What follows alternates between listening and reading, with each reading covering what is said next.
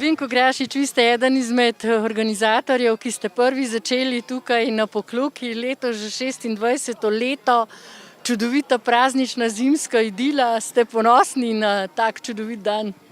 Ja, vsekakor. Pokljuka sicer deluje v lepem in slabem vremenu.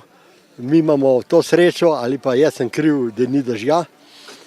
Tako da, če so tekmovalci in tekmovalke zadovoljni, ampak po odzivu in po razgovorih po tekmi seveda so, bomo s to prireditvijo kot tako še nadaljevali.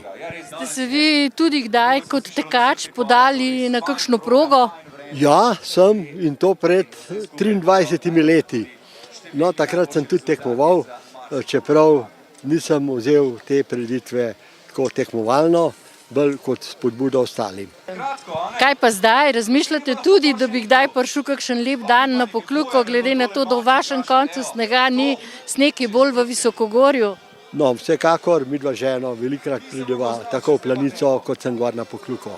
In uživava takrat, ko imava čas in kjer so razmere take, kot so danes. In sedaj vse skupaj nadaljuje vaš sin? Ja, tako so se v društvu odločili.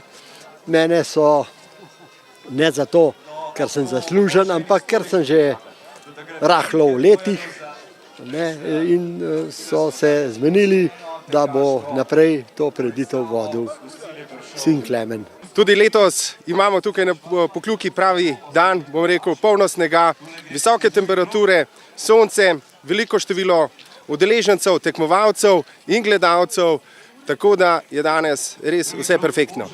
Koliko se jih je danes prijavilo na tale tek, ki je za druženje, za rekreacijo?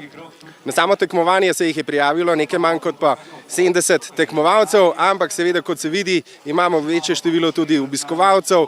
Tako francoska veleposlanica kot turška, obe gledata to prireditev, ravno tako romunski veleposlanik, irski veleposlanik pa se je odločil, da se bo preizkusil kljub svojemu neznanju in seveda je odvozil progo in uživa tukaj na Pokljuki.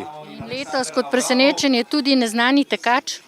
Seveda tudi tega smo srečali številko 100, neznani tekmovalec iz neznanega gospodarskega podjetja se je udeležil te naše prireditve. Vsem je pokazal, kako na neznani način priti do, bom rekel, odličnega rezultata, ker mislim, da je prevozil 2 kroga v pičlih 5 minutah. Res mu je to dobro uspelo, tako da jaz mislim, da so vsi ostali tekmovalci oziroma udeleženci videli in ga tudi povprašali, po kakšni tehniki on tekmuje.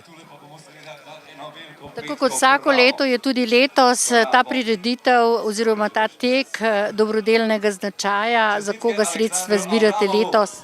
Letos zbiramo sredstva za 2 socialno ogroženi družini iz policijskih vrst in mislim, da jim bomo z našimi prispevki in pa prispevki sponzorjev oziroma pokroviteljev pomagali preživeti in da naredimo tudi dober vtis pri njih. Ste pripravili še kakšno posebnost, kakšno zanimivost, kakšno presenečenje? Tokrat imamo tukaj na prireditvi sladice Sweet English House iz Tržiča, ki so poskrbeli, da so, bom rekel, za vse sladkosnede in nesladkosnede, tudi tisti, ki niso tako nagnjeni k sladkorju, da pograbijo njihove sladice. Seveda na koncu bomo žrebali tudi torto presenečenja za enega izmed udeležencev tekmovanja.